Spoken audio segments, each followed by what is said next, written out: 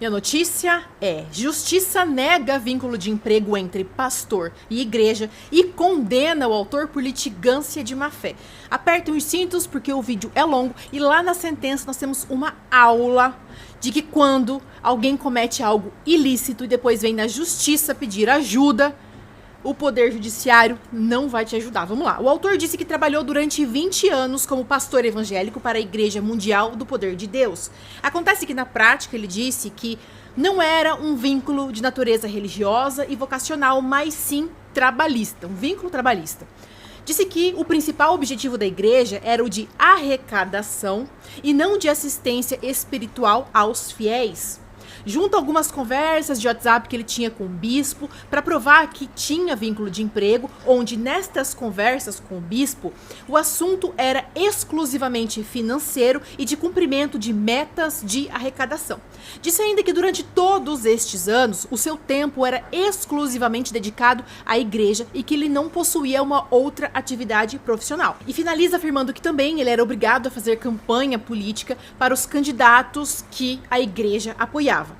E aí, ele também fala o seguinte, que a jornada de trabalho dele era de domingo a domingo e que ele recebia R$ 2.800 por mês. Então, o que ele pede? O vínculo de emprego, para que a igreja assine a carteira de trabalho dele. A igreja, quando foi se defender, disse o seguinte, que o autor, movido por sua fé e convicção pessoal, aderiu ao ministério de forma voluntária, porque ele quis, para exercer sua vocação de pastor evangélico e assinou um termo de adesão, onde lá está descrito que este serviço é de prestação de serviço voluntário.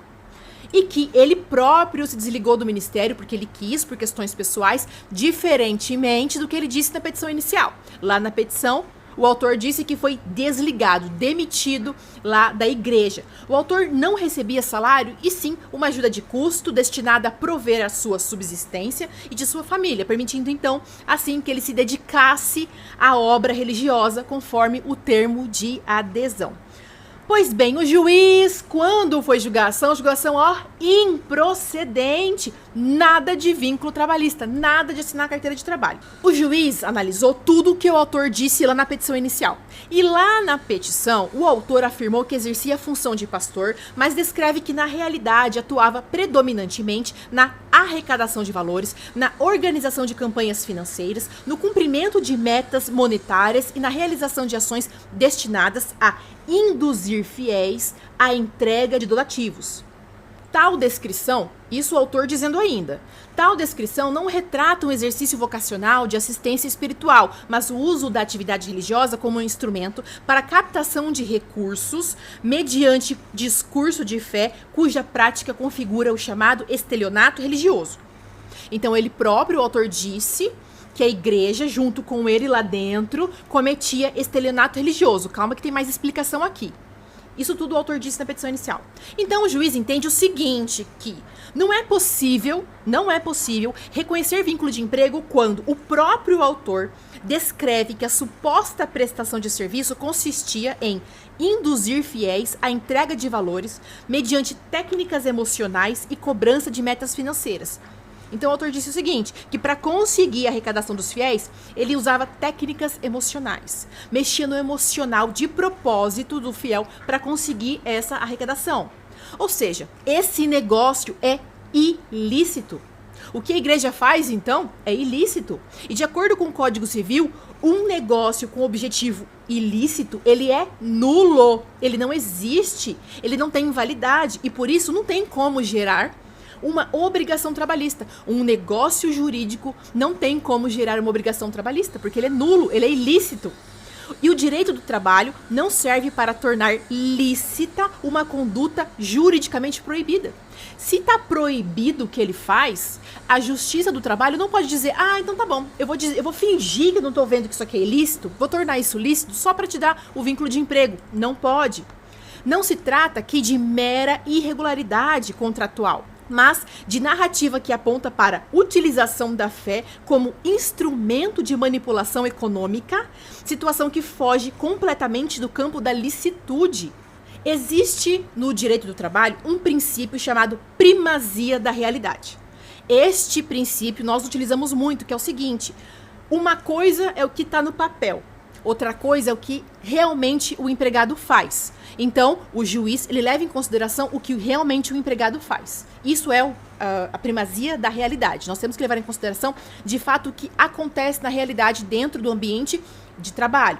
Só que, se na realidade o autor faz alguma coisa que é ilícito, não pode o judiciário reconhecer que isso é ilícito, mas mesmo assim gerar efeitos que geram direitos. Quais seriam esses direitos? Um direito trabalhista, assinar a carteira de trabalho. Se é ilícito, eu não posso gerar direitos a partir de alguma coisa ilícita. Estão captando aqui? Pois isso é incompatível com a moralidade, ou seja, é algo imoral. A ilicitude torna-se ainda mais evidente, olha aqui, diante da confissão real do autor que admitiu expressamente ter aberto uma igreja em São Paulo em 2006, apenas como laranja, para que outra pessoa assumisse a gestão. Ele mesmo assume no processo que era um laranja. Tal declaração revela que o autor jamais atuou com a finalidade espiritual autêntica. Ele não quis ser pastor de verdade, mas como instrumento de interposição pessoal para possibilitar práticas que, em tese, se aproximam de ocultação de titularidade, porque ele era laranja, então ninguém sabe ao certo quem realmente era o dono ali daquela igreja, fraude e evasão de responsabilidade. Não é juridicamente admissível que alguém que confessa ter se prestado ao papel de laranja em contexto religioso, colaborando ativamente para a constituição de estruturas destinadas a fins escusos, busque agora reconhecimento de vínculo de emprego, como se fosse trabalhador de boa fé.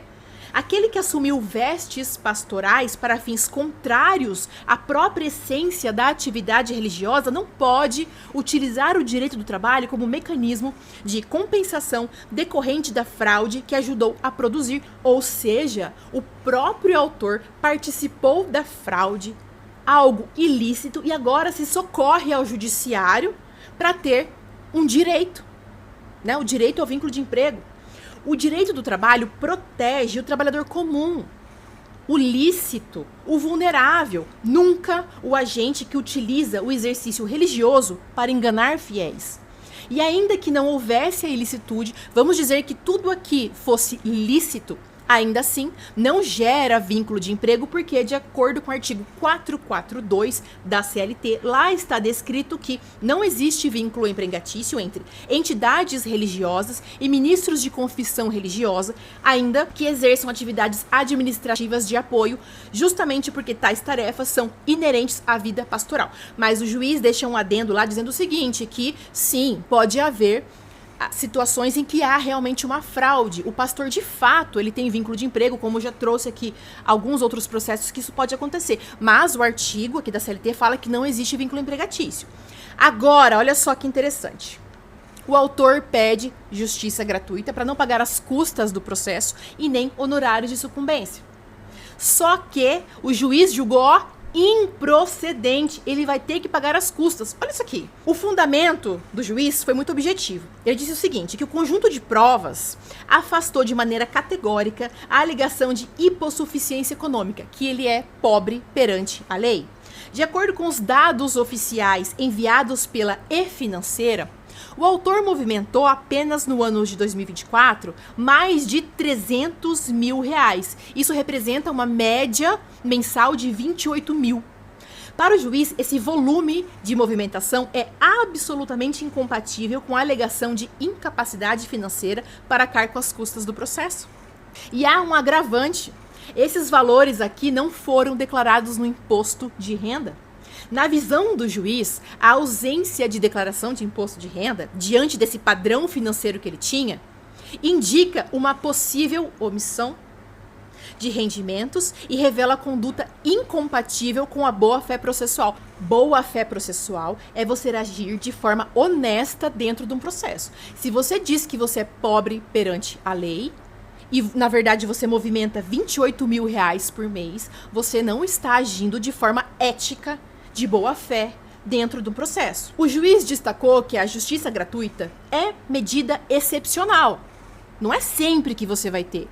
Você tem que provar. Ela existe para proteger quem realmente não tem condições de arcar com as despesas do processo, sem comprometer o próprio sustento. Então você pede e prova. não é de forma automática. Não pode ser utilizada por quem mantém padrão financeiro elevado, com movimentações significativas que destoam da realidade econômica do trabalhador que a legislação busca proteger. E aí fez o quê? Condenou o autor em custas no valor de R$10.000. Então ele vai ter que pagar este valor em custas. Agora, honorários de sucumbência. Honorários de sucumbência é o valor que quem perde a ação paga uma porcentagem que o juiz define de 5% a 15% para o advogado da outra parte. Ele foi condenado a pagar 10% do valor que ele deu à causa. O valor que ele deu à causa foi de R$500.000. Ele entra com a ação trabalhista pedindo 500 mil em direitos trabalhistas. Então, este valor dos 500 mil é utilizado como base de cálculo para calcular os honorários de sucumbência. Então, 10%. E aí, olha só isso aqui. Mandou expedir ofício, um documento para o Ministério Público Estadual para verificar se ele cometeu algum tipo de crime, algum ilícito penal e ainda um ofício para a Receita Federal para ver se houve sonegação de imposto. Agora vem aqui também a multa por litigância de má-fé. O que é litigância de má-fé? É aquilo que eu disse, ao contrário da boa-fé processual. A litigância de má-fé é quando você mente em juízo, você mente para o juiz para se beneficiar ou para enganar outra parte para que você se beneficie.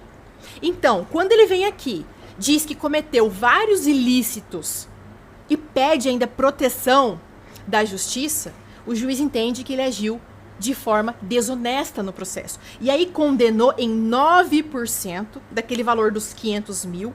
E ainda, tá? Esse valor de 9% vai para outra parte, vai para a igreja, para a parte que foi processada. E ainda condenou o autor a uma indenização por perdas e danos no valor de 5% também para a igreja. O autor não gostou nada disso, recorreu para o TRT, que agora aguarda decisão. Me diga aqui o que foi que você achou desse caso que eu te trouxe hoje.